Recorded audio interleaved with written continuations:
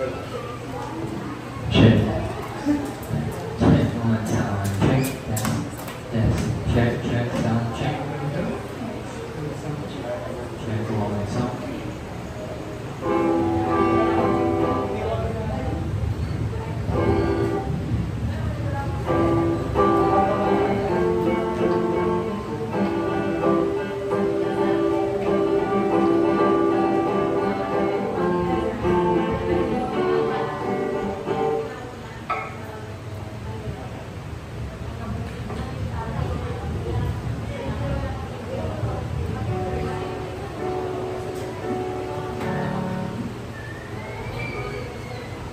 Sound check. Hallelujah. Praise God. Hallelujah. Magandang gabi po sa bawat isa. Welcome po sa Father's House Christian Center. Dahil awit sa Panginoon, makasimula tayo sa gawain ng Panginoon. Awit tayo ng sigla sa Diyos. Hallelujah. Awit na natin Panginoon. Revival with my soul. Isang papalapakan natin. Yes, Lord. Glory to God. Yes.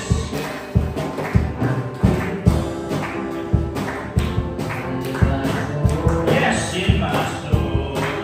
Revival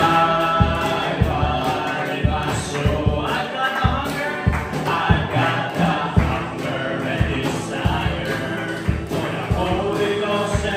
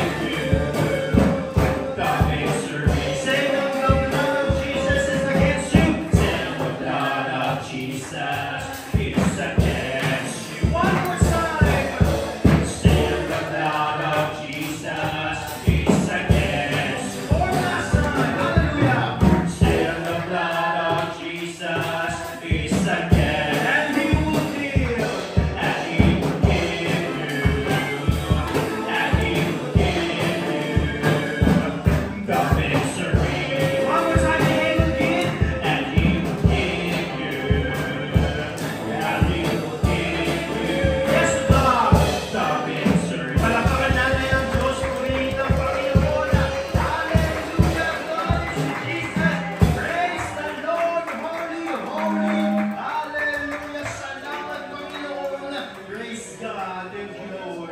Praise Jesus. Hallelujah.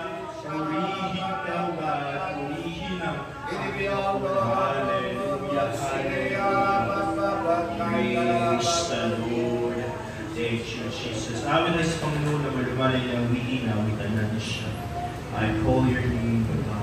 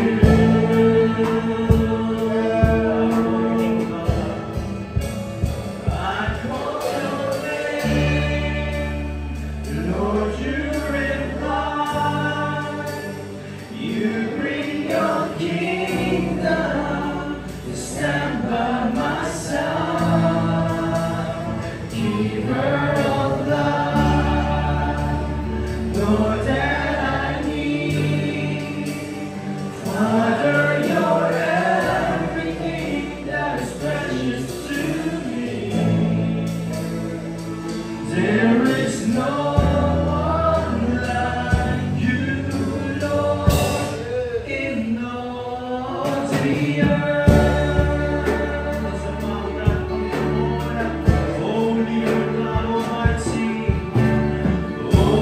Oh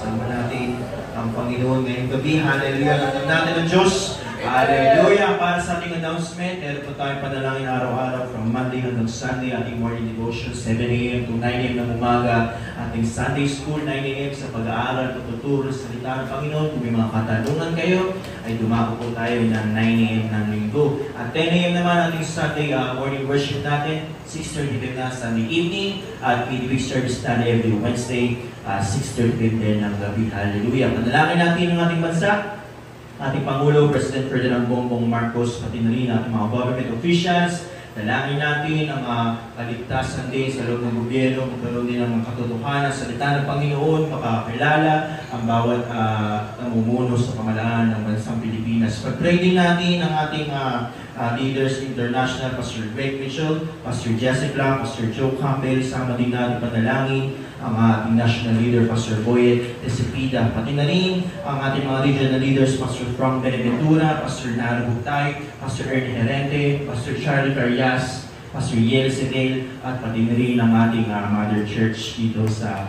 Baclaran, Pastor Rico Herrera. Dalangin din natin mga fellow Baclaran daughter churches, Pastor Herson Balbuena, Pastor Mar Soriano, Pastor Noel Torres, Pastor Richard Isag, Pastor Vincent Saber, Pastor Pastor Samuel Bull, Pastor Junray Betchayna, Pastor Mong Canyosa, Brother Jimson Gaycon, Brother Noel Abarca sa bayan ng Caloocan, at sama din natin mga fellow Baclaran daughter churches, Pastor Melvin David, Pastor Jordan Ciares, Pastor Jess Pancho, at Pastor Larry Tumaya. Pati na rin natin mga missionary churches all over the world, ating mga lingkod ng Panginoon sa ibayong dagat, Israel, Cambodia, Taiwan, Indonesia, Laos, ating mga kapatid sa Vietnam, sa Japan, at pagtalim pa ng Panginoon ang mga manggagawa sa ibayong dagat. Pag-pray din natin ang ating Upper Antipolo, ating church, ating pastor, Pastor Luz Lucena, and Sambayan Spiritual Breakthrough, Financial Breakthrough, Salvation, Deliverance, Solain, sa mga new converts, at sariling gusali at lote. Dalangin din natin ang transportation vehicle sa gawain ng Panginoon. Pag-pray din natin ang ating mga healing request, prayer request, Sister April Garcia, Brother Nonotaro Bonifacio San Pedro, Shirley San Pedro, Tita Lorizaga Dulo, Pastor Tomping, Brother Elton Floren, Brother Hayden sa Lucena, Sister Lilbeth sa Lucena. Dalangin din natin kung meron mga karamdaman ngayong gabi, lapit sa Panginoon, at pag-pray natin, magbibigay himala ang Diyos sa ating mga buhay. Sama din natin panalangin ating mga mahal sa buhay, huwag tayo humihinto, sharean natin ang ating mga mahal sa buhay. Makasama natin sa kagawain ng Panginoon at ating activities. Ito po ang ating last day sa revival, at meron po tayo din Jubilee Service noong buwan ng October, at ang ating International Bible Conference sa unang linggo ng November, at ang ating impact team next year. At sa mga karagdagang pabalita, ang ating pastor ang mag-uulat. Praise God. Ako tayo dumako pa sa isang bahagi ng gawain ng Panginoon. Manalangin tayo, at bago tayo manalangin, kasamahan tayo ng ating kapatid, Brother Atong, sa panalangin. At bago tayo doon, ay purihin natin palakpakan ng Panginoon. Praise the Lord. Hallelujah. Glory to God. Glory to Jesus. Yes, Lord. Purihin ng Panginoon. Hallelujah. Praise the King of the King of the Lord. Praise the King of the King.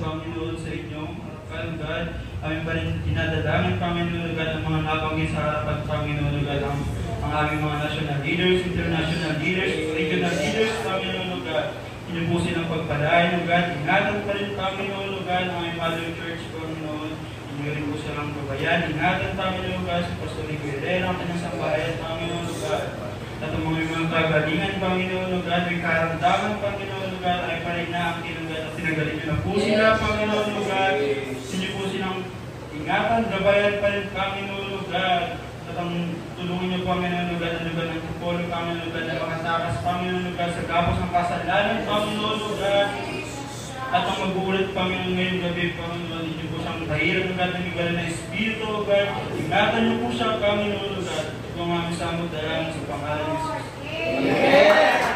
Amen! salamat sa isa't isa. Magalan po natin ang bawat isa. Hallelujah. Praise the Lord.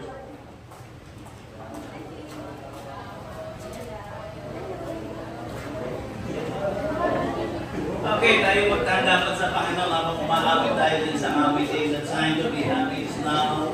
Amen. Praise God.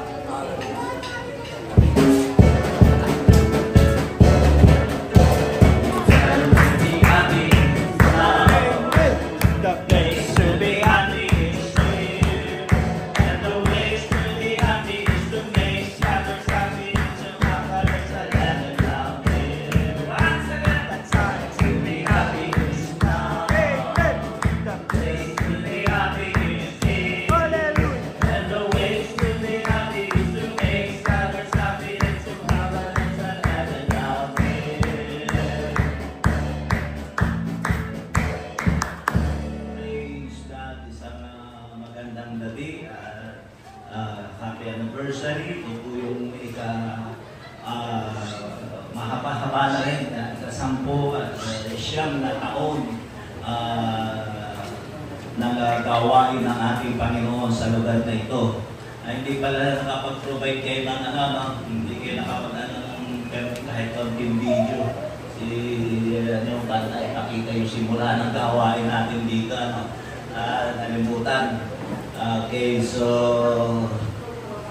ang Diyos po ay mabuti. Meron po siyang ginagawa.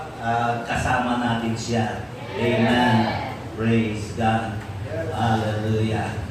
Okay, so bago tayo dumako sa pinakamahalaga na gawain ng ating Panginoong Diyos, tayo muna ay darako sa isa pa sa bahagi ng gawain ng ating Panginoon. Kanina ako'y nag-iisip pa, sabi ko, ano ba ang pinaka mabuting aking gawin para mapagtibay ko kung ano yung kalooban ng ating Panginoon. So,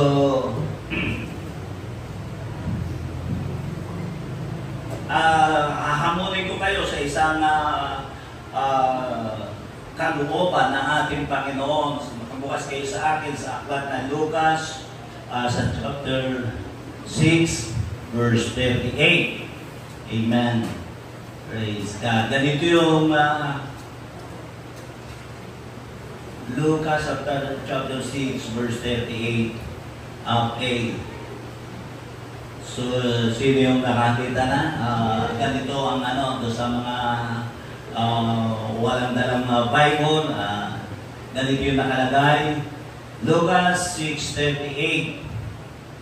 Magbigay kayo at kayo bibigyan takal ng mabuti, siksik, liglig, umaapaw, ay ibibigay nila sa inyong kanlungan. Sapagkat sa panukat na inyong isukat, ay doon kayo muling susukatin. Praise God. Ano ba ang pinakamaganda para maunawaan pa natin itong sinasabi ng salita ng Panginoon? So, nakaisip akong gumawa. Minsan na yung nagawa ka, ginagawa ko itong illustration na ito. Kasi sa Bible, maging ang Panginoon ay sinasalarawan niya yung pag-ibig ng Diyos sa sanlibutan. Yung pag-ibigay niya ng kanyang anak ay paglalarawan yun ng pag-ibig ng ating Panginoon.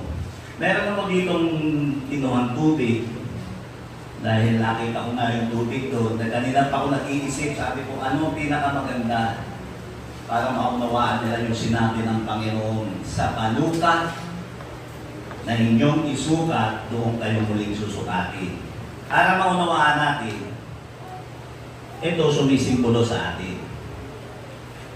Sumisimbolo ito sa atin. Nalagay ko dito para medyo kita nyo. Ito, para sumisimbolo siya sa ating Panginoon. Dahil ang Diyos ang nagpo-provide ng lahat ng bagay. Diba? Tayo, wala tayo eh. Yung nasabi ng Bible ay katulad tayo nito eh. Ang sabi ng Bible, isibilang ka, dumating ka dito sa daigdig na iyong kinamulatan, nahubot-hubad o walang saplot sa katawan, dahil wala naman isinilang ng kanyang ina na paglabas ay nakadiaper na. No? Meron kong ganon. Pagsilang niya, paglabas, may nakadiaper na, meron ng at may pacifier pa. Wala ganon. Lalabas tayo sa sinapupunan nating ina, empty. Ayun, katulad dito. At sabi rin ni Job, sabi niya, nang siya dumaan sa matinding pagsubok, sabi niya, hubad akong lumabas sa bahay bata ng aking ina, hubad din akong babalik sa Diyos.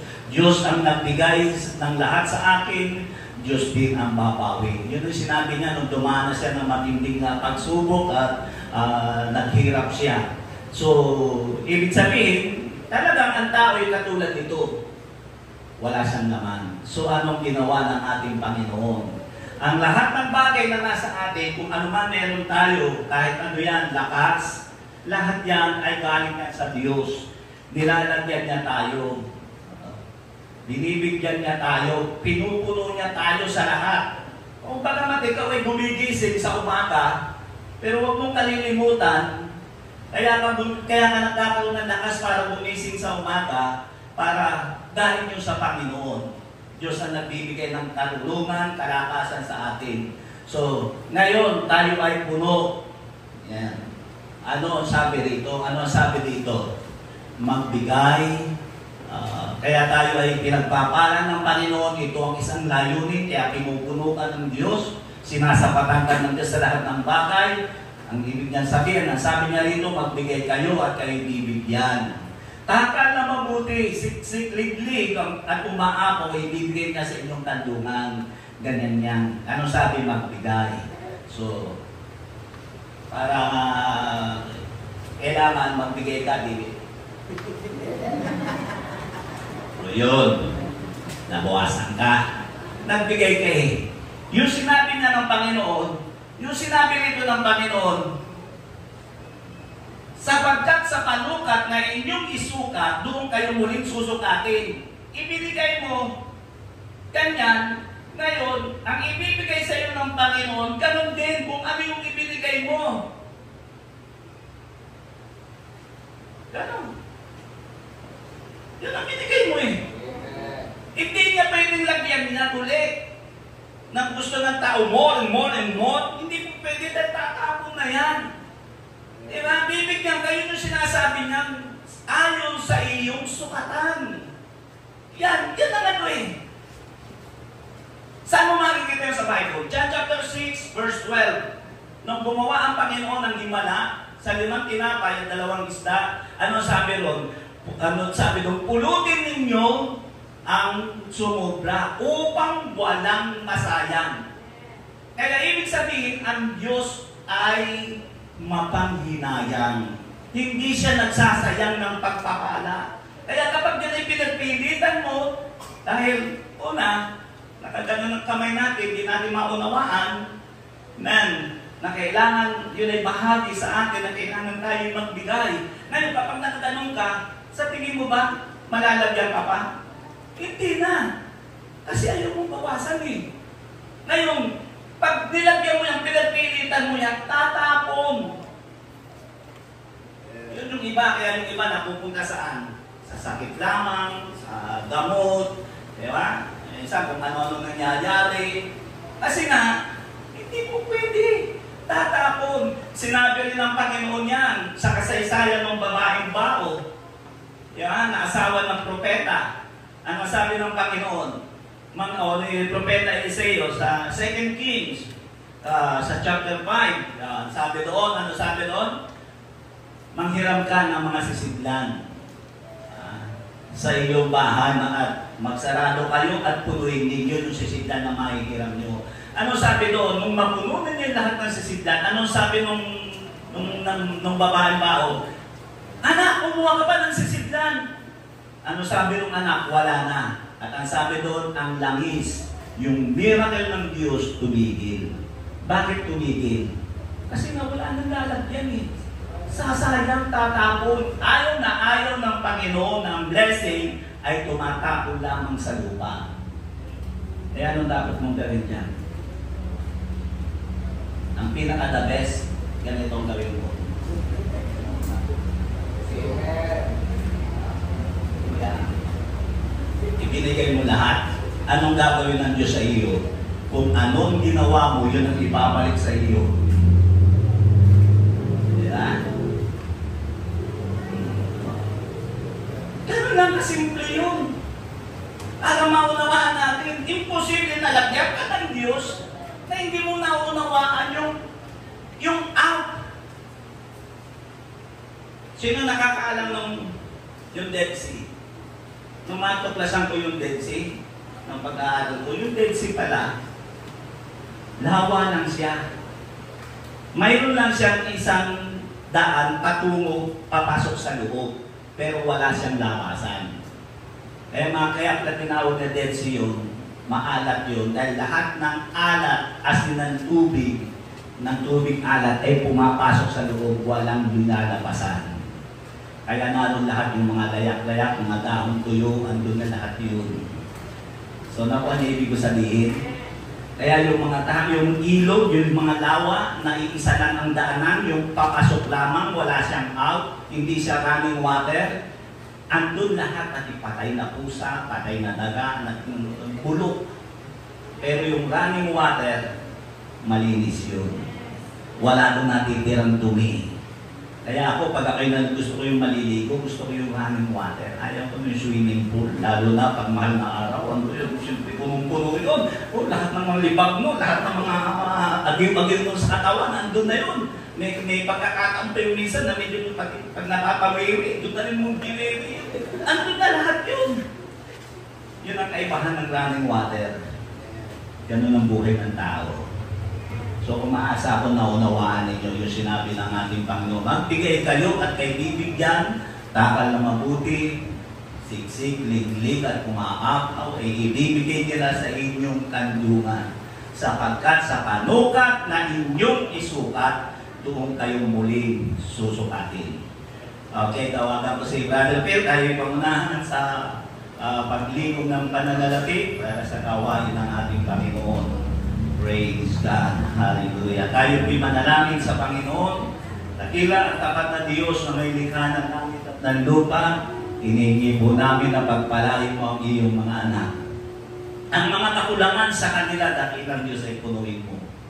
Lalo na ang mga taong nagkakaroon ng kakulangan dahil sa iyo, dakilang Diyos. Kapag bukas ang kanilang buhay at pagkaunawa pagdating sa iyo, gawain, dakilang Diyos. Marami pong salamat, Panginoon, pagpalain mo ang iyong mga anak sa pangalan ni Jesus. Amen. Minsan pa, and I will deliver. Praise the Lord. Praise the Lord.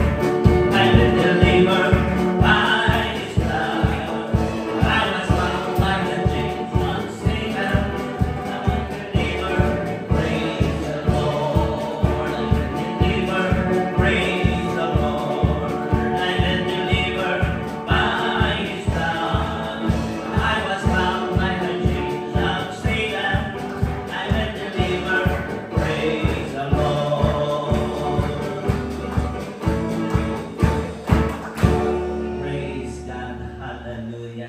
Amen. So bago natin tanggapin lingkod ng Panginoon,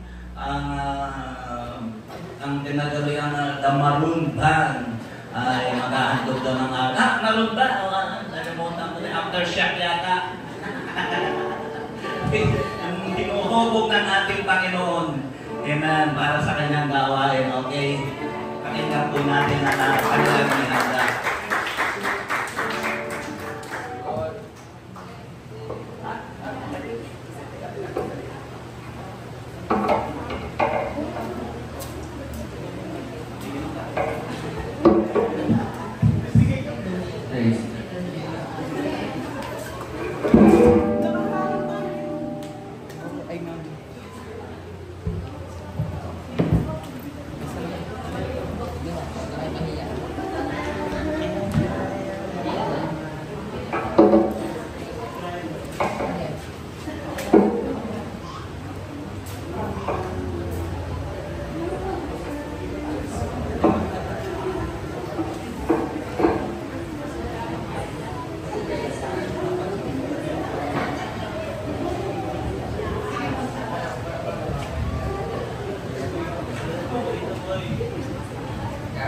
God, hallelujah. Magandang gabi po sa lahat po na nakarinig ng tinig na ito.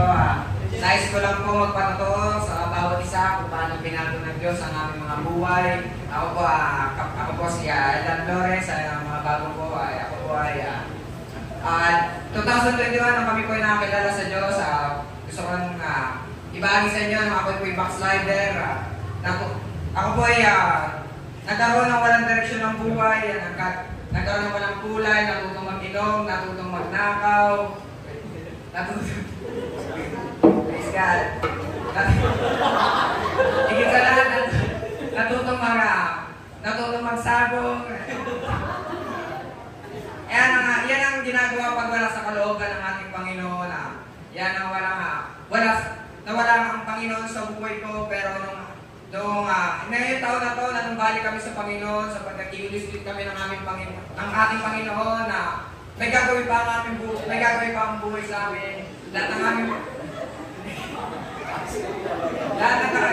mga kaibigan, lahat kami nag-backslider. Yung una nag-invite sa amin, siya rin unang nawala. Pero siya rin una nanumbalik sa Panginoon at dadala na rin kami ulit sa Panginoon. Ngayon, muli nagpapagamit ang bawat isa sa amin ng backslider. Puri ng Diyos, nais ko rin yan iba totoo na nangyari sa akin nakaraan, na-aksidente ako. Pero dahil nasa kalooban kami ng ating Panginoon, niligtas pa rin ako ng ating Panginoon. Sa totoo lang, pangalawang buhay ko na to. Pero dahil niligtas ako ng Panginoon sapagkat may gagawin pa rin ng Diyos sa aking buhay. Nakuha sa Diyos pa matapos ako.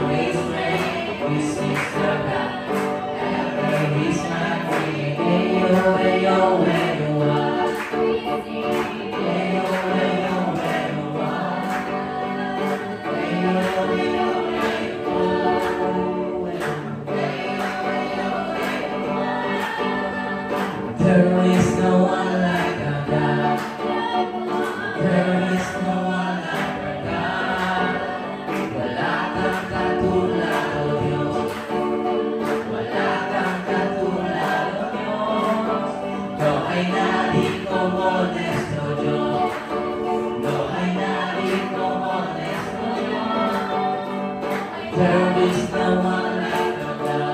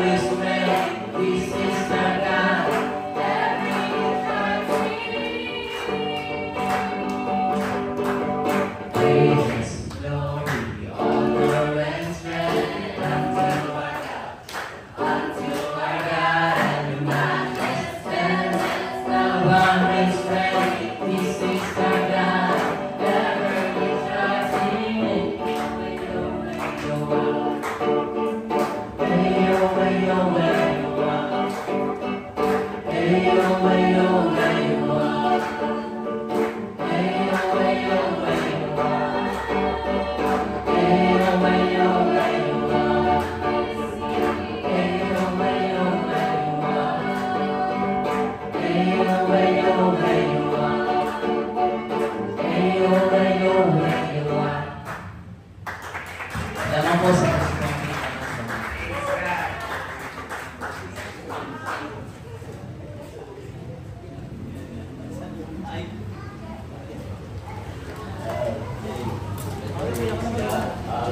Yeah. Amen. So, amen. Sa Diyos ang kapurihan. Amen. So sa oras na ito, tulad ng ating sinabi, ang ating panauhin, ang lingkod ng Panginoon ay matagal na panahon na ginamit ng Panginoon Diyos sa aming mag-asawa. May mga time na minsan ay muntik-muntikan na kami magkahiwalay ni Mrs. Pero ang mag-asawang ito ay siyang namamagitan sa amin at talagang nakikita ko pa nga siya at Lorena talagang nangingiyak-ngiyak siya pag may problema kami mag-asawa ng panahon na yun na nagkakaroon kami ng problema. Ang ating panauhin ay bunga ng ating national leader mula, sabi nga niya, mula sa Chaong, Quezon, sa wala nalaman, 7 kilometro. Mula doon sa bayan, papunta doon sa tinakang sa church, nilalakad pala ngayon.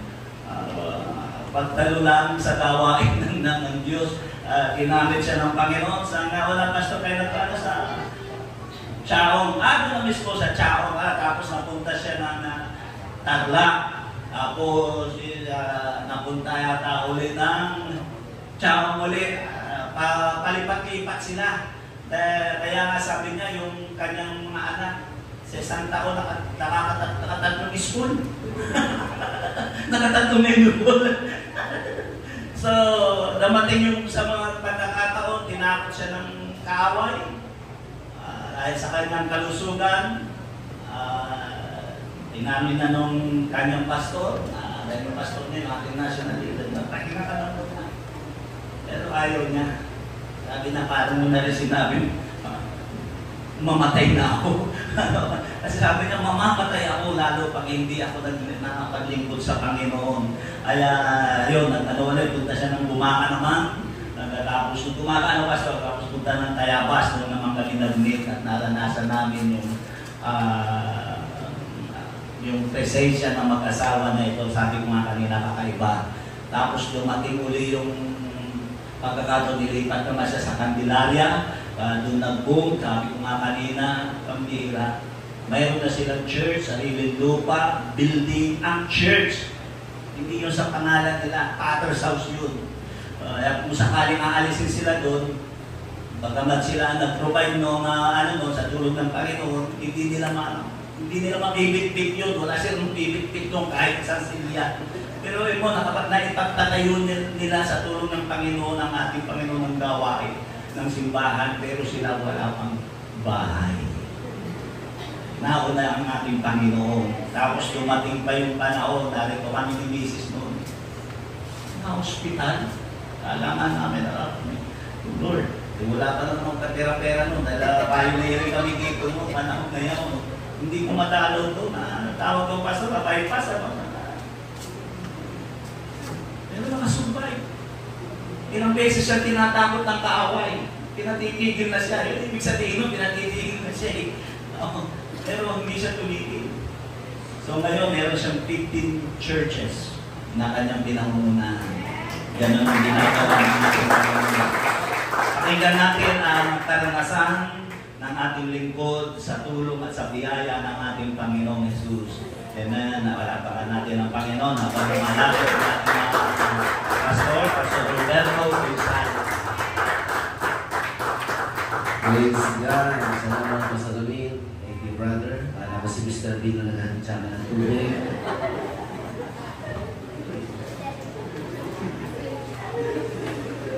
Dito na pinapasaya kasi baka kayo makatulog agad. At lahat po ng kapulihan ay sa ating Panginoon Diyos. Diyos po ay mabuti. At ngayong gabi, salamat sa accommodation. Sa tuwing may lumalabas po kami, ito po yung reason. Bakit hindi ko mapigilan ang pagtaba? Kain ng kain. Kakain pa lang, kakain na naman. So, mahirap talaga kung saan ako mahina, doon ako malakas. Hindi pa naiintindihan nila yun eh. Praise God. At salamat po sa aking mga bagong kapatid, mga bisita, mga first timer. Mahal po kayo ng Diyos. At dahil ko po sabihin sa inyo, po ay na-save, po ay back 1990, and po ay 2025. Ibig sabihin, ako po ay nasa Panginoon within 35 years. At yung ina sa inyo, hindi pa pinapanganak. Tama ba? At wala po kami pinagsisihan na kami ay naglingkod sa ating Panginoon. Nakinabang po ako, nakinabang ang aking mga mahal sa buhay. At ngayon, ang aking immediate family ay nakikinabang, ang aking asawa, mga anak, sa desisyon na aking pong ginawa na paglingkuran ng ating Panginoon. At yun din ang gusto ng Diyos sa bawat pamilya, sapagkat ang author ng family, ng marriage, ay walang iba kundi ang ating Panginoon Diyos. Okay? At pagpalain naman tayo ng Diyos, salamat sa inyong lahat. Kami po ay hindi bisita, lalong hindi buwisita. Kami po ay mga kapatid na sa Panginoon. Sa ating pong Bible, 1 Samuel chapter 30, verse 1 to 10. 10 verses ang ating babasahin para bago kayo makatulog ay nakapakinig na kayo ng salita ng Diyos.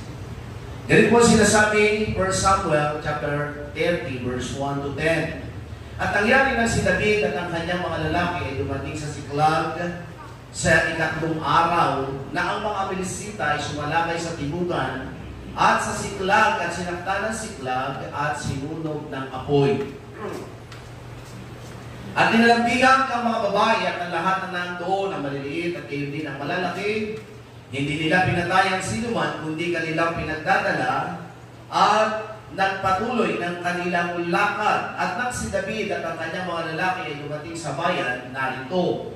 Sinunog ng apoy at ang kanilang mga asawa at ang kanilang mga anak na lalaki at babae ay pinagdadalang bihag. Na magkagayon si David at ang bayan na nasa kanya ay naglakas ng tinig at umiyak hanggang sa sila'y nawala ng lakas na umiyak. Grabing pag-iyak ito. At ang dalawang asawa ni David, huwag kayong magdadalawa ng asawa. Ang dalawang asawa ni David ay nabihag, si Ahinoam na taga-Jezreel at si Abigail na asawa ni Nabal na taga-Carmelo. At nagdalamhati totoo si David sapagkat pinagsalitaan ng bayan na batuin siya sapagkat ang kaluluwa ng buong bayan ay humanglaw, bawat tao dahil sa kanyang mga anak na lalaki at babae, ngunit si David ay nagpakatibay sa Panginoon niyang Diyos.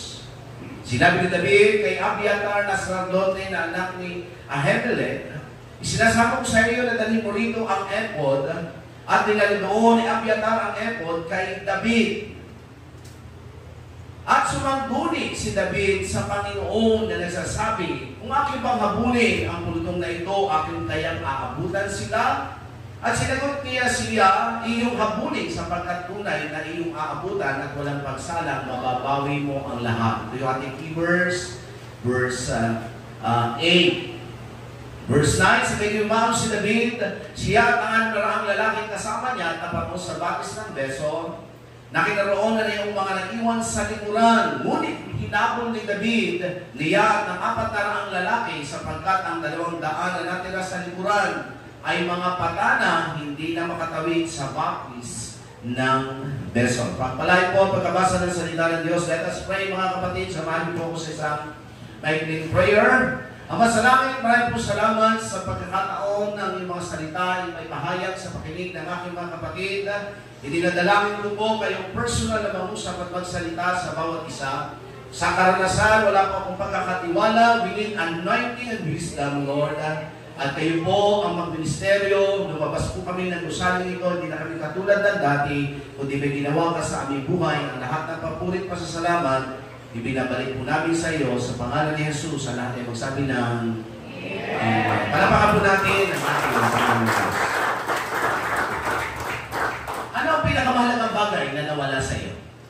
Mag-isip po na tayo sandali, ano yung pinakamahalagang bagay na nawala sa iyo? Ano kaya yan? Pera, kalusugan, pangarap, destiny, No? May pag-asa pa. No? One time, nung kami po ay nasa Tayabas, meron po tayong kapatiran yung tumulong po sa akin. Ako ay nasa hospital kasi magpa-bypass, pero sa open heart ay hindi po gawang biro yung gastos. Nagpa-check up po kami sa heart center at findings ng doktor, pagkatapos po ng ilang mga check-up, test na ginawa, ang sabi ng doktor ay mayroong abnormalities sa aking puso. At nag-undergo po kami ng angiogram. At pagkatapos po ng angiogram, sabi po ng doktor, hindi ka na pwedeng umuwi. Kailangan mo maoperahan. Immediate. Sa pagkasabi niya, 95% ng main artery ng aking heart ay parado. 95%. Anytime, para daw kung time bomb na. Boom! Wala na. Kaya, sabi ko, Dok, ganun ba ka na lang aking karamdaman? Kailangan ko umuwi. Wala kaming perang hawak. Hindi pang pa-check up lang. Yun po yung tumulong sa amin. Salamat at the time, nakausap ni Mrs. Sa panahon niyon, habang kausap niya, ay sabi sa kanya, kailangan daw kong i-bypass. Wala kaming pera. Sabi ng kapatiran, at the time, hindi pa kami nakikita. Sabi, sige, ituloy ang operation. Alam nyo, hindi pa kami nakikita, hindi pa kami nagkakausap, hindi ko siya personal nakakilala, nagpadala sa amin $10,000. Sino kaya magbibigay ng kamag-anak natin? Ano? Wala, di ba? Yun po ay himala ng Diyos. No? Yun ay pagkilos ng ating Panginoon. Tuloy ko lang.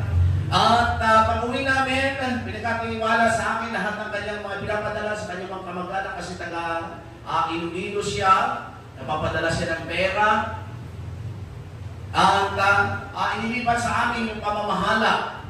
Akala ng bangko, mayaman kami, pastor, kahit ano sasakyan, kumuha ka. Kasi, pinakamababa na dumarating sa akin monthly, $2,000.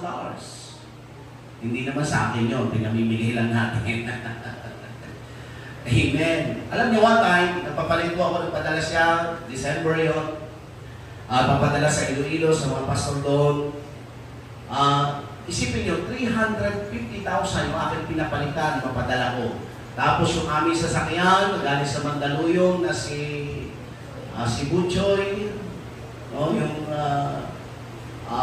tambayan doon, nabubuksan yung pintuan. Isipin nyo, naroon lang sa supot yung 350,000 na iwanan ko sa dashboard ng sasakyan, doon sa harap.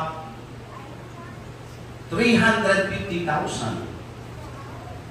Nabukasan na, hindi ko na, isipin nyo ha, 350,000 nalimutan ko doon sa unahan ng sasakyan. Kaya pag-isip ko ng umaga, saka ko lang naalaala, nasaan pa yung pera? Naku mga kapatid, grabe yung pag-iisip ko, sapagkat ganito ang aking nasa isipan, sinong maniniwala na maiiwanan mo yung ganong kalaking halaga ng pera? Tama ba? Maniniwala ba yung padala sa'yo? Hindi maniniwala. Sira na doon ang pangalan mo, di ba? But praise God, mga kapatid, pag dumago sa bintana, nandun pa yung supot, sabi ko naman, may pera. Kasi tinatambayan ng mga tambay doon sa akin. No, sana may laman pang pera. Alam nyo, pagbaba ko, dali-dali ko pagbaba, praise God, paghawak ko, makapal pa rin. Sana pera pa rin ito. Praise God. Hallelujah, hindi nawala. Kung nawala yun, naku mga kapatid, malaking problema. Amen? Sinabi ko yan mga kapatid, sapagkat may mga bagay na nawala sa atin na napakahalaga. Sabi ng John chapter 10 verse 10, si Satanas na parito para pumatay, pumuksa, magsira, at magnakaw. Kaya ito po ang dahilan, mga kapatid, na yung perfect plan of God sa humankind, sa sangkatauhan ay nasira. Sana hindi po tayo nagtatrabaho ng ngayon para kumain.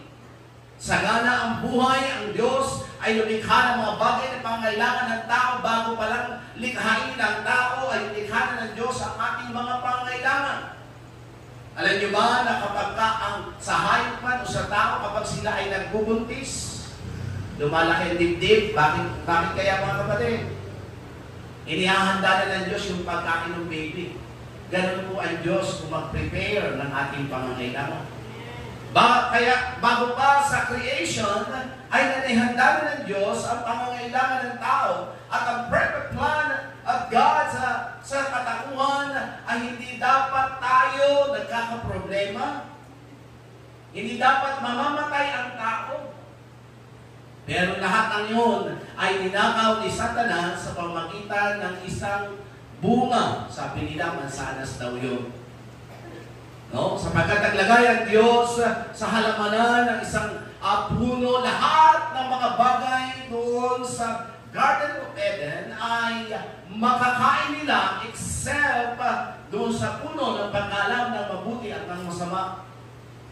Yun po ay ang portion ng Diyos, yun ay para sa Panginoon. Subalit, ang kaaway ay puso, ginamit niya ang punong yun, yung bunga ng punong yun, para tuksuhin si Eva at si Adan. Si Eva naman at si Adan ay napatukso dahil doon ang lahat ng magandang plano ng Diyos sa katauhan ay nasira sapagkat si Satanas ay magnanakaw. Kaya nawala ang magandang destiny, nawala ang kalusugan, nawala ang kagalakan at kapayapaan, nawala ang tinatawag na righteousness and holiness. Kaya mga tao ngayon, bagamat nagsisikap na maging matuwid, nagsisikap na maging banal, ay hindi makapamuhay sa usapin ng righteousness and holiness. Kaya yun ang issue ngayon sa Senate. Ang sama ng tingin natin ngayon sa mga kontraktor. Ano kaya kung meron tayo kasama kontraktor ngayon? Ano kaya pagkakilala nyo? Ha? Mga kapatid, sinasabi ko po ito sapagkat ang kaaway ay nagnakaw ng mahalagang bagay sa ating buhay at panahon na para ating bawiin. Sa kwento natin binasa, si David at ang kanyang mga kasamahan ay pinagnakawan ng kaaway pagkatapos ng tagumpay. At ito yung inanasan natin lahat na tayo ay makaranas ng victory, success sa buhay. Pero after success, what's next? Katulad ngayon, pagkatapos ng revival, ano na kasunod? Tuwing revival lang ba tayo mag-attend? Next service ay back to normal? Hindi. Dapat pagkatapos ng revival, tuloy-tuloy ang revival. May mga kabataang lalaking ito, dapat walang mawawala sa inyo. O, kayong magpalakasan sa isa't isa. Kasi sa labas, ang tatapang nyo, pagdating sa paglilingkod sa Diyos, kumusta kayo? Dapat doon tayo matapang. Amin ba? Amen. Nung araw, pag napapaaway ako, kasi medyo maliit ako, hanggang ngayon naman, maliit pa rin. Diyan lang ang lumaki. Hindi ako mapayag na ako ay api sa labanan. Hindi ako mapayag na ako ay talunan. Kaya ako'y nag-isip sa isang pamilya na magulo. Ang tatay ko ay mayroong automatic carbine, mayroong 45. Mga kapatid ko nakikipagbahilan. Yun ang pamilyang aking kinagisnan. Yung dalawang bayaw ko, pinatay ng tao. Kaya ako rin, nag-practice din ako. Kaya ako paborito kong ngayon, yung firing. Nag-ubus tayo ng 100, 200 load para lang matuto, bumaring. Bakit ko ba nasabi yun? Yun ang aking buhay. Pero salamat mga kapatid, ang Diyos ay may dakilang plano sa buhay ng bawat isa at ipakita natin ang tapang dapat sa kaharian ng Diyos. Amen. Sabihin mo sa katabi mo, lalaki ka ba? Doon sa lalaki ha, huwag naman yung babae. Ha? Gusto ko i-challenge yung mga lalaki. Hello, mga lalaki ha? Amen.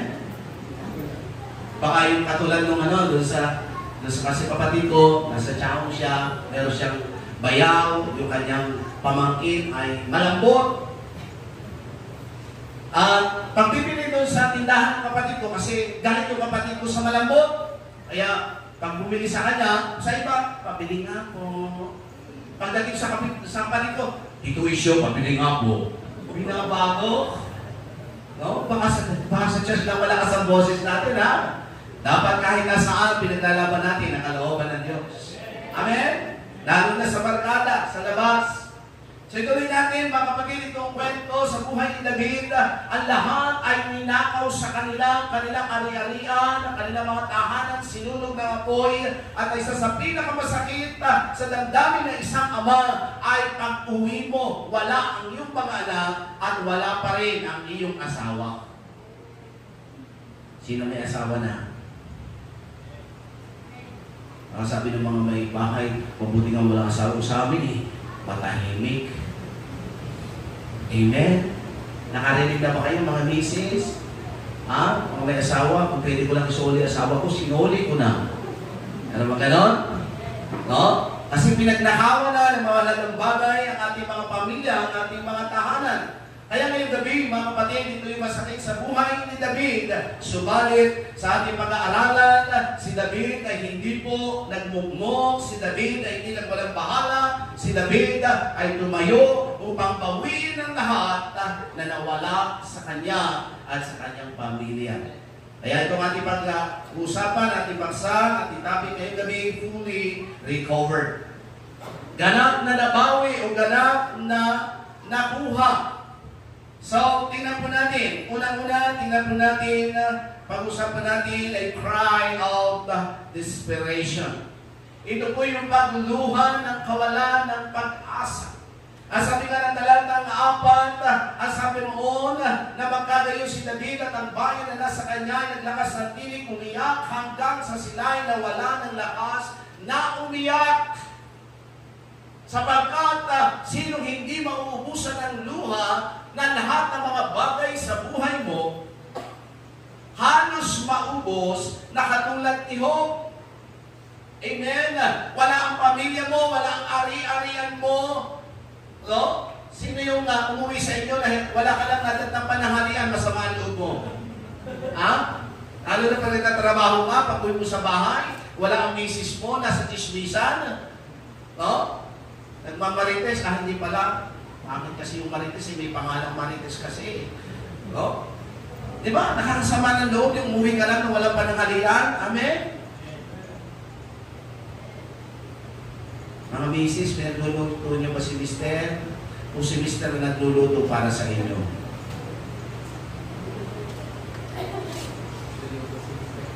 Amen? Ako, marami akong alam na luto.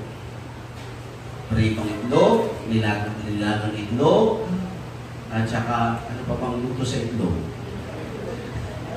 Tortang itlog. Tingnan po natin, ito po yung luha ng kawalan ng pag-asa. Umiyak sila ng umiyak dahil sa problema. Subalit ngayong gabi, tandaan po natin na ang pinakamagandang decision na pwede natin magawa ay ating manalisan, ating makita anong mga bagay na nawala o ninakaw sa iyo ng kaaway, realizing what is the loss of your life. Ano yung nawala sa iyo? Ano yung ninakaw sa iyo? Dapat natin ma-identify anong mga bagay na nawala sa atin. Makita natin ano yung mga bagay na ninakaw ni Satanas. Kung wala na kalusugan, wala na pag-asa, wala na kagalangan, wala na kayapaan, wala na yung zealousness sa pananampalataya. Yun ang dahilan bakit may tumatalikod sa Diyos. Dahil nawawala yung kanilang alaw, yung kanilang pag-ibig sa Panginoon, yung kanilang ginagawa ay pabawas na ng pabawas. May tatlong bagay na hindi na natin pwedeng mabawi pa. Ano yun kapag nawala? Number 1, lost time. Sabi nga ni Miguel Jacinto, lost riches may be regained, but lost time you cannot be recovered. Yung mga araw na nakalipas, magagandang pagkakataon o lost opportunity ay hindi na natin pwedeng mabawi pa. Kaya huwag po natin palampasin ang mga pagkakataon at oras na binubuksan sa atin ng Diyos para tayo po ay mapagpala, para tayo ay mapalakas, para tayo mabigyan ng pag-asa, ma-redirect ang ating buhay at makinabang tayo sa plano ng Diyos sa ating buhay.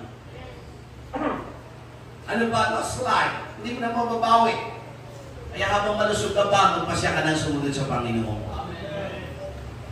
No? Habang malakas pa, mga kapatid. Kasi pagka umiidad ka na, katulad namin ni Pastor Ramil, no? Sometimes hindi na namin kakampi ang panahon. Pag mainit, manipis ng bumbunan, mainit talaga. Pag malamig, ganun din. Ang pagkain, hindi mo nakakampi. Marami nang pinipili sa pagkain. One time, nagluto si Sister Lorena ng paborito pa naman yung bulang-lang na sitaw. Parang yata ang kain ko ng sitaw. Noong gabi, hindi ako makatulog. Masakit dito hanggang baba. Pag binabalutod ko yung tuhod ko, may sumasabit sa loob. Sabi ko naman, kung nangyari sa akin, yung bang pinakain mo sa akin?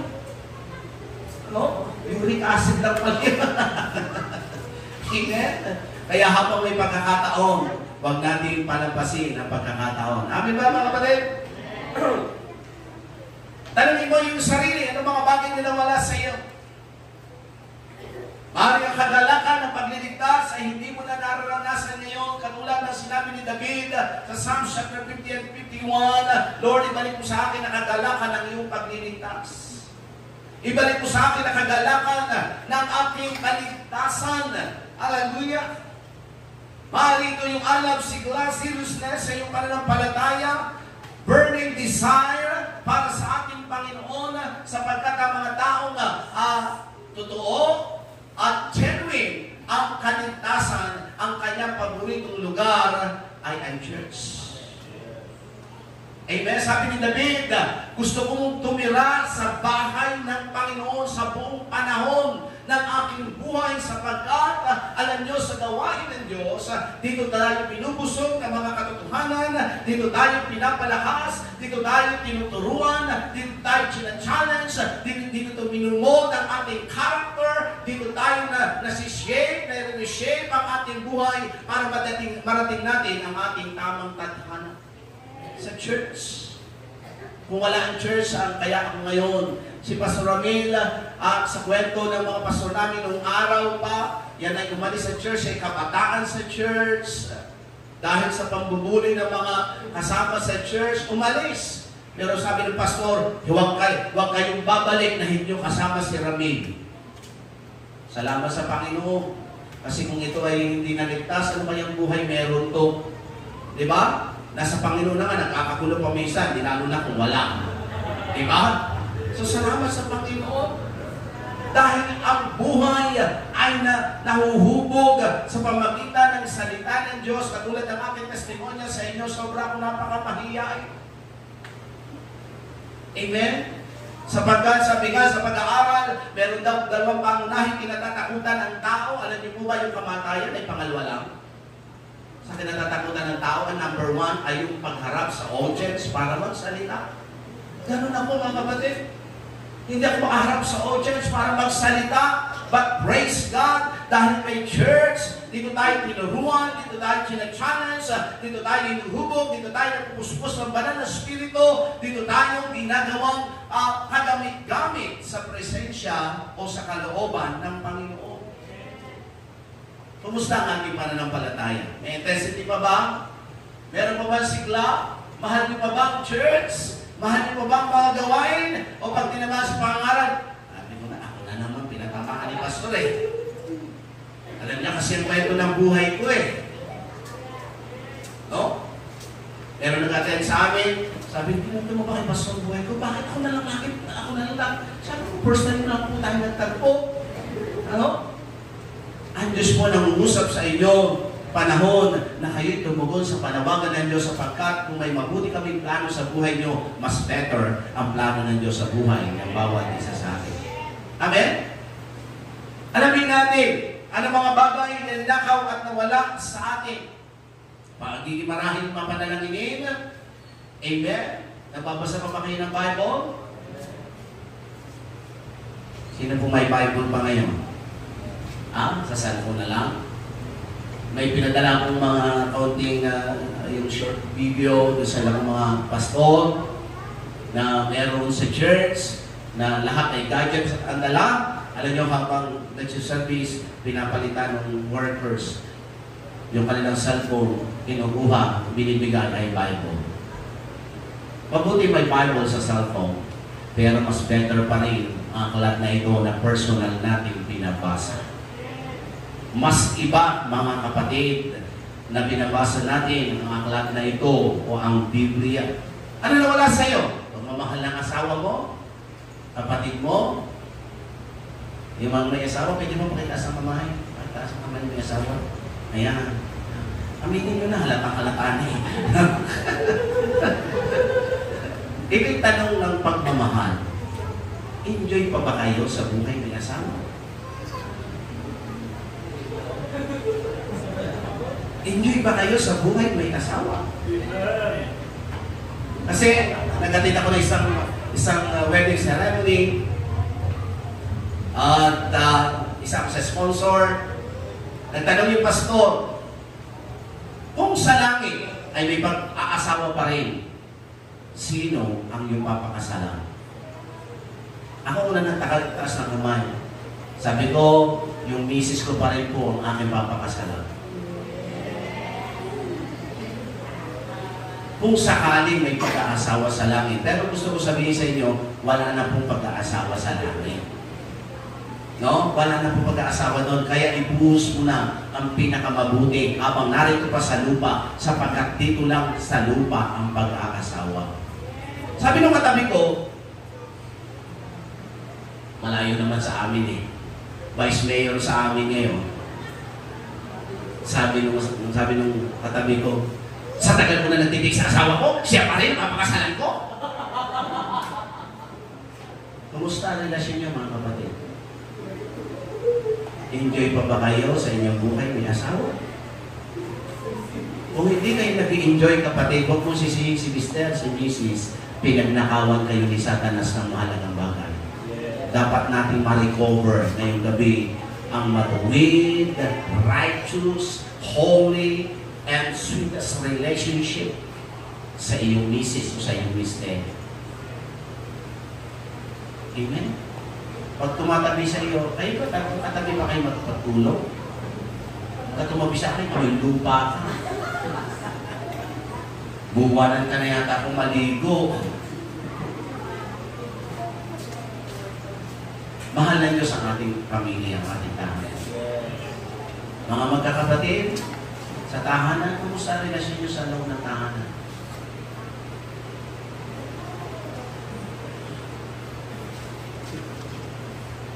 Amen. Maganda pa ba ang relasyon niyo sa loob ng pamilya sa tahanan? Mga kapatid, gusto ko sabihin sa inyo, kung hindi na maganda ang iyong relasyon sa pamilya, may problema ang iyong relasyon sa Diyos. Pinagnakawan ka ni Satanas ng maraming mahalagang bagay. Kaya narito yung pagluha, pag-iyak, ni David at ng kanyang mga kasama, yung mahalagang bagay na meron sila ay ninakaw ng kanilang mga kaaway. Higit sa lahat, dapat mahal natin ang Panginoon. Dapat mahal po natin ang Diyos. Sino gusto pumunta sa langit?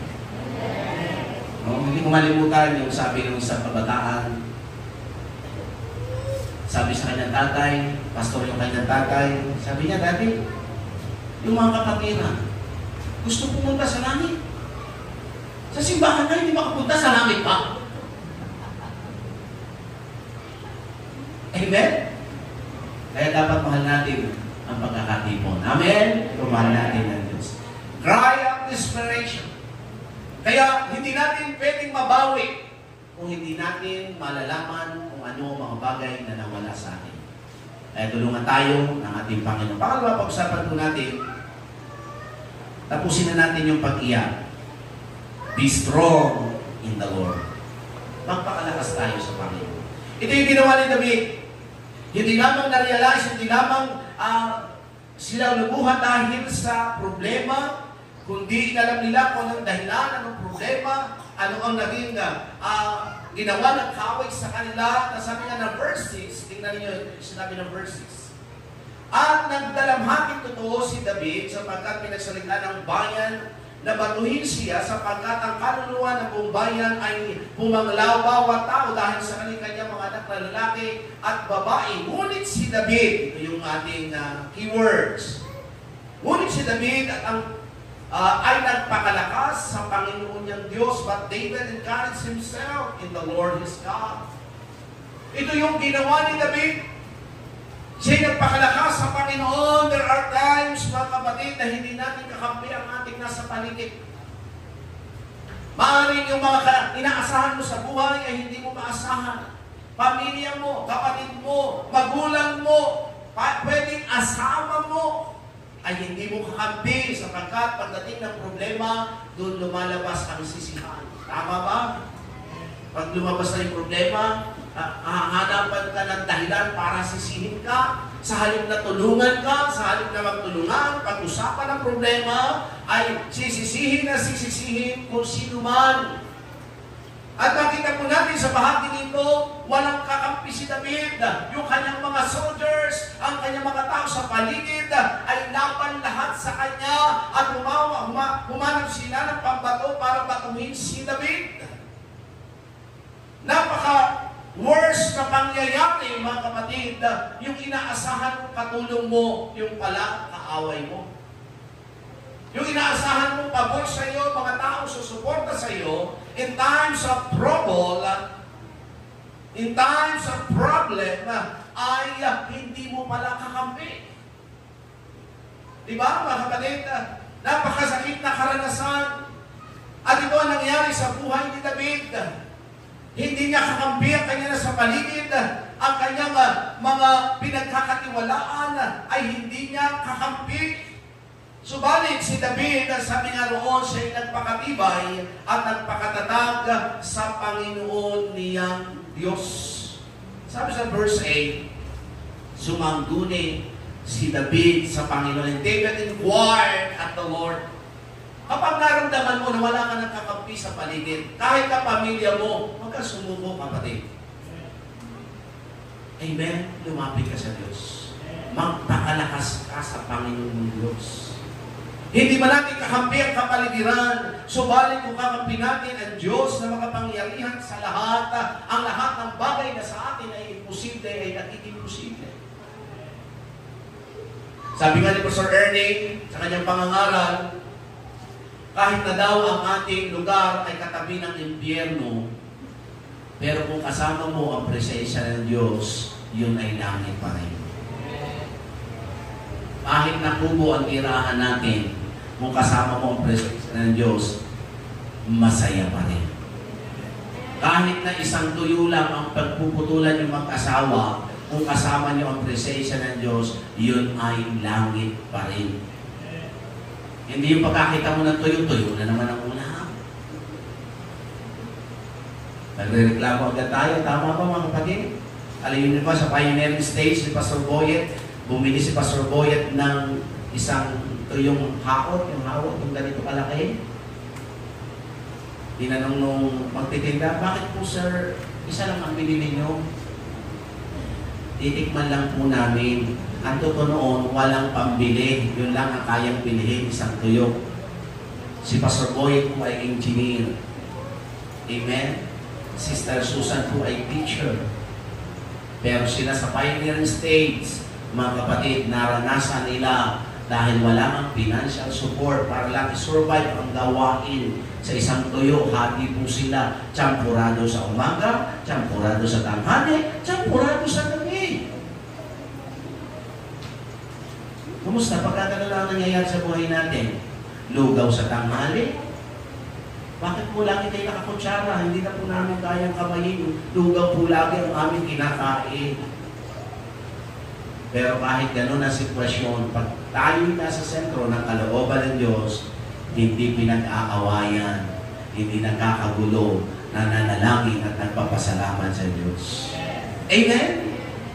So, tingnan po natin ang kalagayan nito. na si David ay nagpakalakas sa kanyang sarili sa kabila na ang mga tao sa kanyang paligid ay laban sa kanya.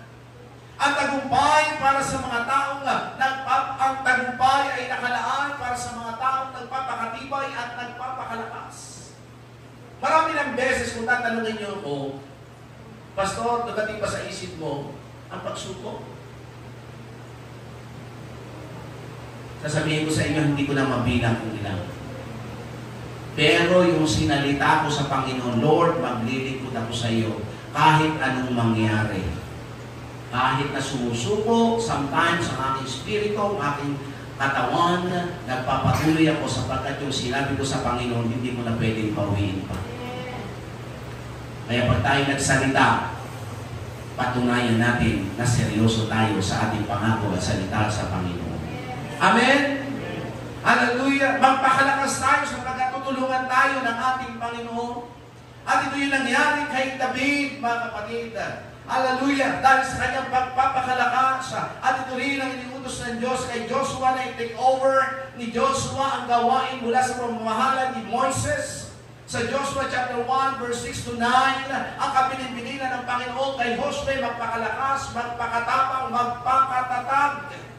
At ito kailangan natin in times of trouble, sa panahon na wala tayong kakapi, sa panahon na hindi natin alam ang ating gagawin, sa panahon ng kawalan, sa panahon ng pag-uusig, sa panahon na tayo hindi natin maintindihan na nagaganap, kailangan natin magpakalakas sa Panginoon. Amin ba mga kapatid? Pangatlo at kahuli-ulihan, take action. Verse 9 to 10, ang sabi rito na salita ng Diyos, sa gayon sumaguni si David, sa gayon yumam si David, siya at ang 600 lalaki na kasama niya na naparoon sa batas ng Beso, na kinaroon na yung naiwan sa likuran. Ngunit hinamon ni David, niya at ang 400 lalaki, sapagkat ang 200 natira sa likuran ay mga pata at hindi na nakatawid sa batis ng Beso. Mga kapatid, salamat sapagkat si David ay hindi nasiraan ng loob. Hindi na discourage si David sa panahon na wala siyang kakampi.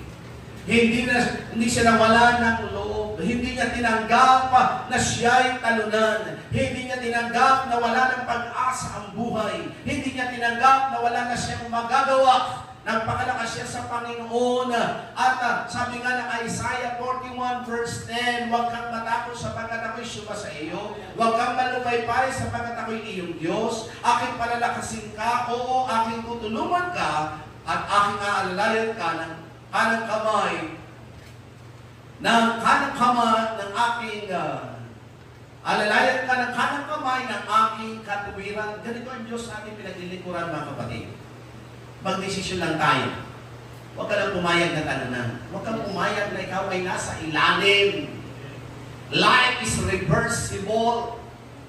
No? Pwedeng baguhin ng Diyos anytime ang sitwasyon ng ating buhay. One time sa panahon ni Esther, mga kapatid, ni Mardocheo, sila'y nahatulan lahat ng Hudyo ay papatayin. Meron ng silent ring ng hari. Meron na kung tatak ng sinsing ng hari. Kumbaga, nasenyuhan na ang kanilang destiny, ang kanilang kamatayan. Subalit si Esther at si Mardocheo ay dumalangin sa Diyos. Ang lahat ng yun, pinihit ng Diyos ang pangyayari. Sinaaman na nagbanta kay Mardocheo sa bunga mga Israelites, siya yung binitay sa inihanda niyang bitayan. Ganun na Diyos sa ating pinaglilingkuran. Amen? Kaya niya i-reverse ang mga pangyayari sa ating buhay. Gumawa lang tayo ng ating magagawa at dumalangin, lumapit sa Panginoon Diyos na katulad ng sinabi ni David, Lord, kung akin bang ahabulin yung aking mga mahal sa buhay, may mga kaaway, mababawi ko ba ang ninakaw nila? Sabi ng Diyos sa kanya, sige, habulin mo at walang pagsalang, mababawi mo ang lahat. At ang magandang balita, mga kapatid, verse 18 to 20, dito tayo magtatapos. Tingnan ninyo, sinabi na salita ni Diyos. Verse 18 to 20, sabi roon, at nabawi ni David ang lahat ng nakuha ng mga Melisita, at inimigtas ni David ang kanyang 2 asawa, at walang nagkulang sa kanila kahit maliit o malaki man, kahit mga anak na lalaki o babae man, kahit samsaman, kahit anumang bagay na nakuha nila sa kanila, ibinalik na lahat ni David. Wait, tingnan niyo mga kapatid. At kinuha ni David ang lahat ng kawan at pakahan na kanilang dinala na nasa unahan niyang mga ibang hayop at sinabi, ito'y samsam ni David. Mga kapatid, hindi lang po sila basta nakabawi, may tubo pa. Kasi yung mga ari-arian ng kanilang mga kaaway, dinala nilang lahat. Alam niyo mga kapatid, pwede natin mabawi lahat ng ninakaw ni Satanas sa pamilya. Sa pamilya mo, may problema ka sa pamilya, pag-aaral mo, pangarap mo, anuman ang problema mo ngayon, na ninakaw ni Satanas, yung ating magandang tadhana, magandang plano, perfect plan of God, pwede natin makuha muli na yung gabi. The reason why na si Jesus Christ ay natapos sa krus, namatay siya sa krus para ibalik ang lahat ng ninakaw ni Satanas sa ating buhay. Pwede natin ma-enjoy ang ating relasyon sa Diyos, pagpapamilya, pwede natin ma-enjoy, mga kapatid. Amen. Kaya si Joy, laging enjoy. Amen. Nais ko sabihin sa inyo, within 35 years, kami na aking may bahay, after 32 years hanggang ngayon, ini-enjoy po namin ang blessing mula sa Panginoon.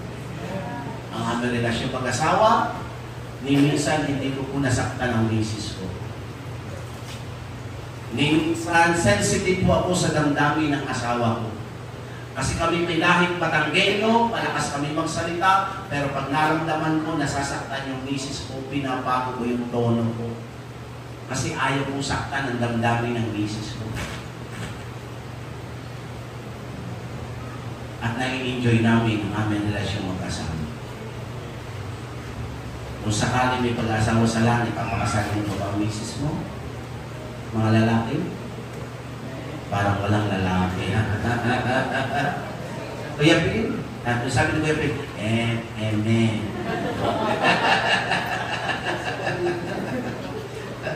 Mga kapatid, ganun kabuti ang Diyos. Yung mga bagay na tila imposible sa atin na nagiging posible sapagkat kaya natin mabawi sa tulong ng ating Panginoon. Mga kabataang kalalakihan, mga kababaihan, huwag kayong lalayo sa Panginoon. Ibinalik na ng Diyos sa inyo ang perfect plan of God.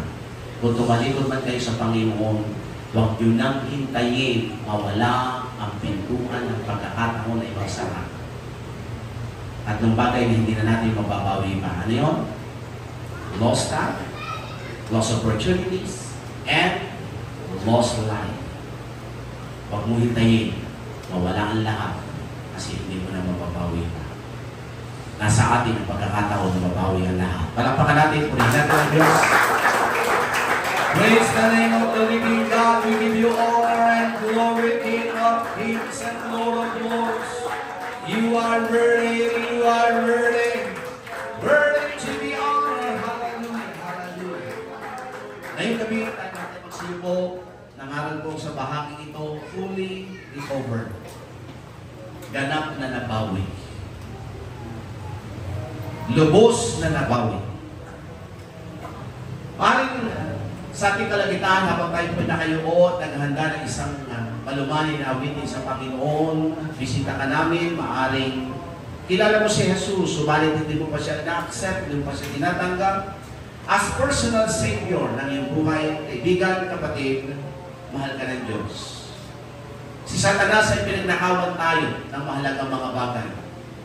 Kaya ang buhay ay may kaguluhan, may karamdaman, may kawalan. Kaya ang buhay ay may pagkalito, kawalan ng pag-asa. Kaya ang buhay ay mayroong desperation dahil si Satanas ang nagnakaw sa atin. Hindi sa lahat. Kaya ang tao may kamatayan sapagkat ninakaw ni Satanas ang perfect plan of God. Subalit, salamat kay Jesucristo. Sa pamagitan ni Jesus ay binabalik niya ang ninakaw ni Satanas. Ang buhay na walang hanggan kung tatanggapin natin si Jesus. Ang pagbabago at kapayapaan ay pwede mangyari sa ating buhay sapagkat si Jesus ang pinagmumula ng pagbabago at ng kapayapaan ng kagalakan. Ngayong gabi, meron bang magtataas ng kamay, sasabihin mo, pastor o mangangaral, kailangan mo si Jesus. Bisita ka namin, tanggapin mo si Jesus. Hindi kita halukin ng panibagong relihiyon sapagkat napakarami ng relihiyon sa ating bansa. Ang kailangan natin matanggap si Jesus. Siya lang ang daan ng katotohanan at ang buhay.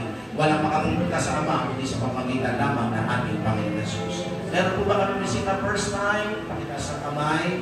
Kuya, pwede ka ba ipag-pray? Salamat sa iyo. Pwede ko bang samahan sa prayer? Tanggapin mo si Jesus. Okay, si Brother Phil, Brother Phil, salamat ka. Papaliwanag sa iyo, Brother Phil. Okay, salamat kapatid. Pagpalain ni Lord. Sige, gano'n kayo. At sumak sa pangalan. Salamat sa Panginoon, ang pinakadakilang regalo ng Diyos sa church. Katulad ng sinabi ko sa ating kaninang umaga sa anniversary natin, ang pagliligtas ng Panginoon. Isang kaluluwa magbalik loob sa Diyos, libong anghel na nagagalak sa langit, at regalo ng ating kapatid ngayong gabi. Kaya panalangin natin siya at ang kanyang pamilya na pagpalain ng ating Panginoon. Kapatid, nangaral ako sa bahagi ito, fully recovered. Huwag ka pumayag na hindi mo mabawi ang mga bagay na ninakaw ni Satanas sa buhay mo na ginawa ng mga kaaway sa buhay ni David. Huwag kang umiyak ng umiyak. Kapatid, magpakalakas ka sa Panginoon. Sumangguni ka sa Panginoon. Ilapit mo ang iyong buhay sa Diyos. May pag-asa pa ang buhay. May pag-asa ang pamilya. Naghanda ang Diyos ng mabuting destiny. Bukas po ang altar. Habang tayo maawit ay isang pagsama mawitin, idulog natin ang ating buhay sa Diyos. Kausapin mo ang Panginoon. Kasama natin siya ngayong gabi. Hallelujah.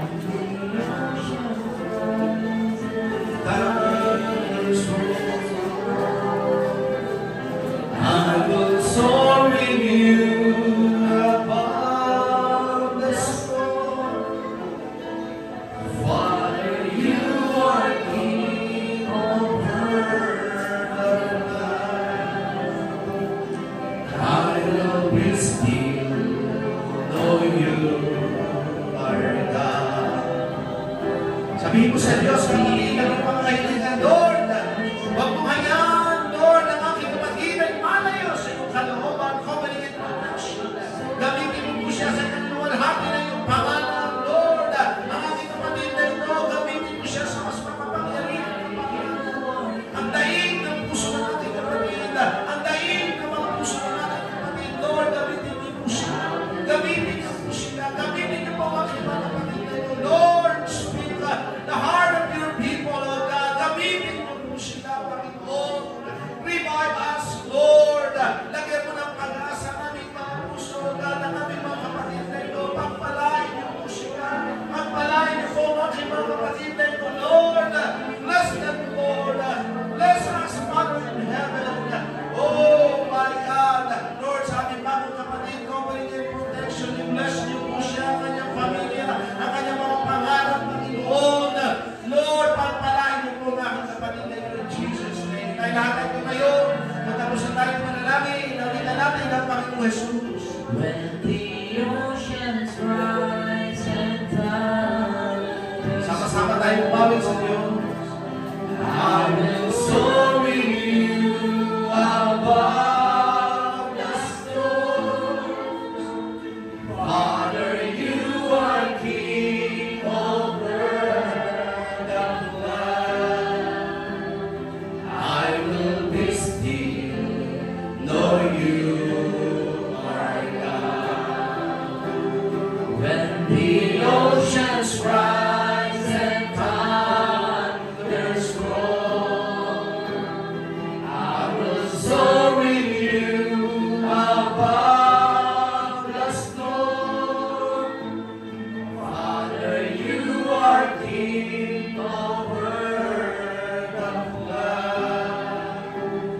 I will be still, know you are God. I will be still, know you are God. Sambahin natin, dakilain natin siya. We give you honor. We give you praise. Lord, pinupunin ka namin, sinasamba, pinaparangalan, inunuwalhagi ang pangalan. Ori mo po siya, pagmamagatan mo po siya.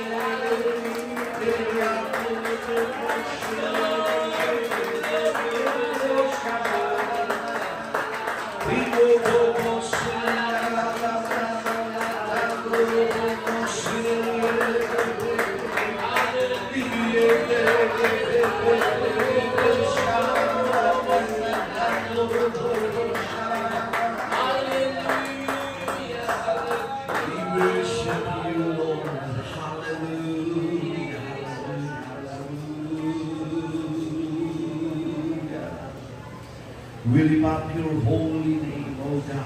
Hallelujah. Thank you so much, Lord.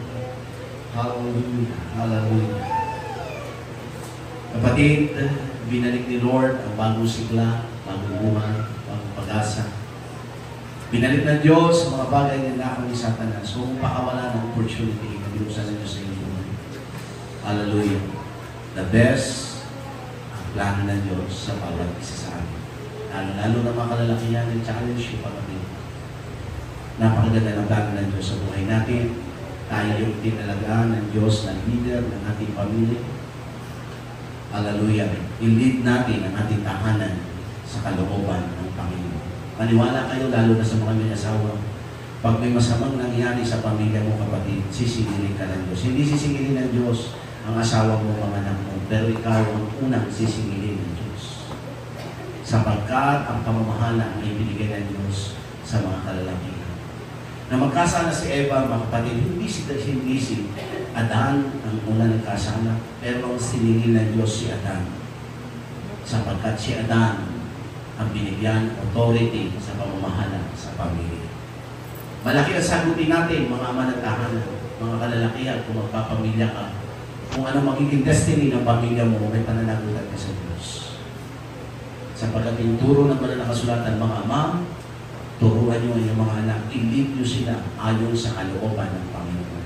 Kaya kung meron mang kauna-unahang may alam sa salita at kalooban ng Diyos, yun ay ang mga tatay, mga kalalaki. Hallelujah. Titiyakin ko sa inyo, hindi ka bibiguin ng Diyos. Magnasa alam, nasa Diyos ang pinakamabuting plano. Lord, pagpalain mo po ang aking mga kapatid, nawa ang mga salita mo ay magkrema sa aming mga puso. I-bless niyo po ang church at Tipolo, Panginoon. Bawat pamilya, pagpalain niyo po. Gamitin niyo po kami as a channel of blessing sa iyong harian. Salamat po sa pamilya ni Pastor Ramil, Panginoon, Mr. Joy, bless niyo po sila at ang ministry. Hallelujah, bawat isang natin po. Pagkataan, bless niyo po sila, Panginoon, in Jesus' name. Amen. Sa huli, sa lahat po na may karamdaman, sige po, anumang karamdaman, tayo po ay mananalangin, baka po may sakit. Sige po, malulusog ka. Lahat po na may sakit, sige po. Kahit sakit sa bulsa, mananalangin tayo. Sige, wala po may karamdaman. Si Cherry Ann, may sakit ba ito?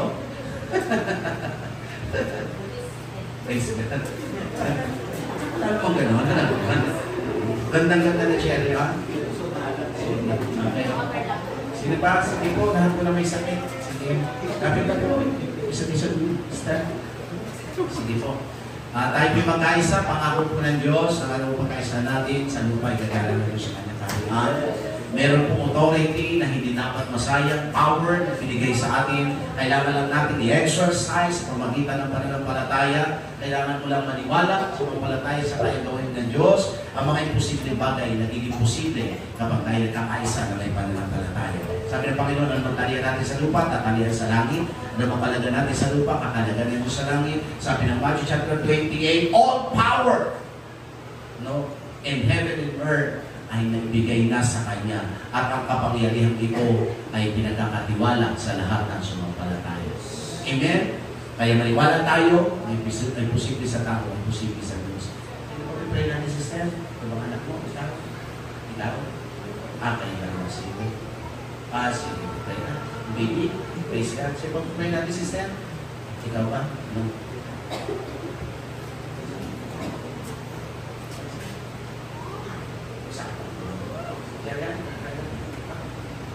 Mata. Bata po. Sige, malalaki tayo mga kapatid. Umasa tayo sa ibalan ng Diyos. Wala pong distansya sa iyo. Hinihingan po namin, nabuhay niyo po ang paningin ng ating kapatid, ang mga problema sa kanyang paningin. Amin po pinawala ng visa, Lord, manormalize ang lahat. In Jesus' name, miracle healing, nagawa niyo po. Pananakit ng ulo sa buhay ng aming kapatid, na naman ang pinagmula nito, meron mang infection, malusaw ang infection sa kanyang katawan, pinagmula ng karamdaman, mawala ka in Jesus' name.